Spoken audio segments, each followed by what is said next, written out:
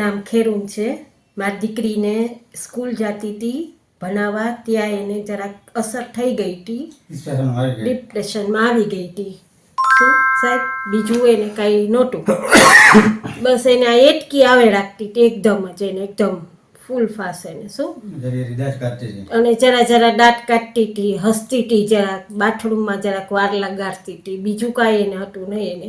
પછી અમને જરાક આમ લાઈટ થઈ ગઈ કે એના લક્ષણ દેખાણા છે પાછા શું, ને એના હિસાબથી અમે પાછા તમારી પાસે આવ્યા કે ભાઈ આને શું થઈ ગયું પાછું. ઊંઘતી નહોતી કે એવું કંઈ, રાત્રે ઊંઘી ન જાય એવું કંઈ? ના, એ એક જ રાતનો સૂતી, બાકી તો સૂઈ રહેતી હતી બધી રાત.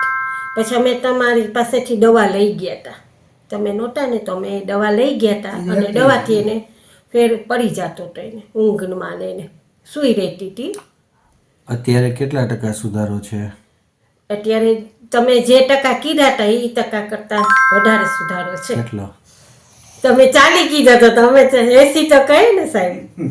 કેટલા દિવસ અહીંયા સારવાર આપી આપણે? 2 દિવસ આપી. શું સારવાર આપી? ઇન્જેક્શન માર્યા, બાટલા ચડાવ્યા, બધું. 80% ફેર પડી ગયો ને? 80% ફેર પડી ગયો છે તમને દવાથી અમારી. તું બોલ, કેમ લાગે છે હવે? હવે ફાઇન લાગે છે પહેલા કરતાં. પહેલાં તો અમારી કન્ડિશન બહુ ખરાબ હતી.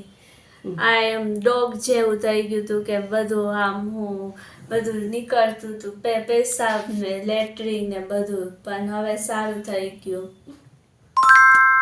એટકી થોડીક આમ બંધ નથી થતી.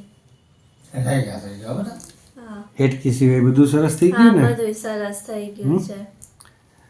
આપણે અહીંયા જે સારવાર આપી એમાં કંઈ સાઈડ ઇફેક્ટ આવ્યું હોય, રિએક્શન આવ્યું હોય, એવું કાંઈ નહીં? ના, એવું કાંઈ નથી થયું કાંઈ સાહેબ. નથી.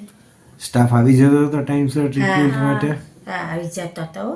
સાહેબ ને બધાય, પરેશ સાહેબ નો બધું ફાઇન હતું. ફાઇન સ્ટાફ હતો. ધ્યાન આપતો હતો ને બધું? હા, ધ્યાન આપતા હતા સાહેબ બધી રીતે. હોસ્પિટલમાં સુવિધામાં ને બધું બરાબર છે? સાફ સફાઈ, ચોખ્ખાઈ બધી ફાઇન છે, બધું?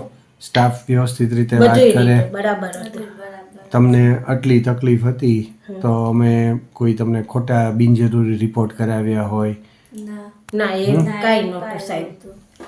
એવું કોઈ બિરાયું નથી અમને કોઈ કે તમે કે પરેશ સાહેબ કે આમ કે તેમ. તમને 2 પૈસા વધારે લેવા માટે કોઈ ડરાવીને અમે ના, ના, એવું તો કાંઈ અમે નથી આવીએ જ થતું? નહીં ને સાહેબ તમારી પાસે. જો એવું હોય ને, અમને યકીન હતું તો જ અમે આવ્યા ને તમારી પાસે કે અમારી દીકરી સાજી થઈ જાય. અમે એમ જ વિચાર્યું હતું. 2 પૈસા વધારે લેવા માટે કોઈ તમને ખોટી ના, સલાહ કોઈ આપી? અમે કોઈને પૂછવાય નથી ગયા. જો સાહેબ, તો અમે તો તમારી કાપલીમાંથી જોઈને આવ્યા છે. જો પેપરમાંથી વાંચ્યું છે ને આજે અમે તમારી પાસે આવ્યા છે. અમારા માટે ભગવાન જ છો એક જાતના. ભગવાન તો માનીશ. બસ. ભગવાન ઉપરવાળો, હા, આપણે બસ. મહેનત કરીએ હા, ખાલી. બસ ઈ ભલે આપણે મહેનત, પણ તમારા જસ છે ને બચ્ચા. ને તો મારી આ એક જ દીકરી હતી ને, એ તો સારું થઈ ગયું ને. પરીક્ષા લેવા જાય ને, અમે બીએડ નું કરે છે, એમ? જાય ને, વાંધો નહીં ને. થાય ને પરીક્ષા દેવાને. હા, એમ. તમને સંતોષ ને બધી રીતે? હા, બસ. ખુશ ને? ના, ના. અમે તો એટલે તો બીજી વાર આવ્યા સાહેબ. જો તમારી પાસે ત્રીજી વાર ત્રીજી વાર આવ્યા કે નહીં, અમને એવું હતું જ ને, અમને તરત ડાઉટ થઈ ગયો આના પર કે ના આપણે સાહેબને દેખાડી આવીએ. ભલે દવા એ બંધ કરી દીધી હતી, પણ અમને સાહેબ પર વિશ્વાસ હતો તમારા પર. તમે આવ્યા ને અહીંયા જવાય, બીજે ક્યાં નહીં જવાય. બીજી કે અમે ગયા જ નથી, કોઈની સલાહ નથી લીધી અમે, અને અમે કોઈને કીધું નથી કે અમે આવ્યા છે આ બાબત પરથી.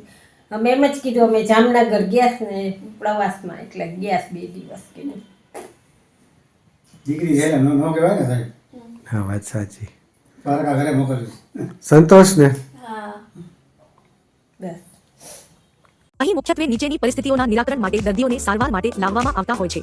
દર્દીને અત્યંત ઓછી દવાઓથી તાત્કાલિક રિઝલ્ટ જોઈતું હોય ત્યારે, લાંબા સમયથી ચાલુ હોય તેવી દવાઓ કાયમી ધોરણે બંધ કરવાની ઈચ્છા હોય ત્યારે, ફક્ત ટીકડીઓ ખાવાની બદલે કાઉન્સેલિંગ પદ્ધતિથી પણ રિઝલ્ટની અપેક્ષા હોય ત્યારે, લાંબા સમય સુધી પણ દવાઓ ખાવાથી દર્દીની અપેક્ષા મુજબનું રિઝલ્ટ ના મળતું હોય ત્યારે, દર્દી હિંસક અથવા આક્રમક બનીને તોડફોડ અથવા અન્ય નુકસાન કરે ત્યારે. This place is more than just a hospital. It's a place of healing, hope, and heart.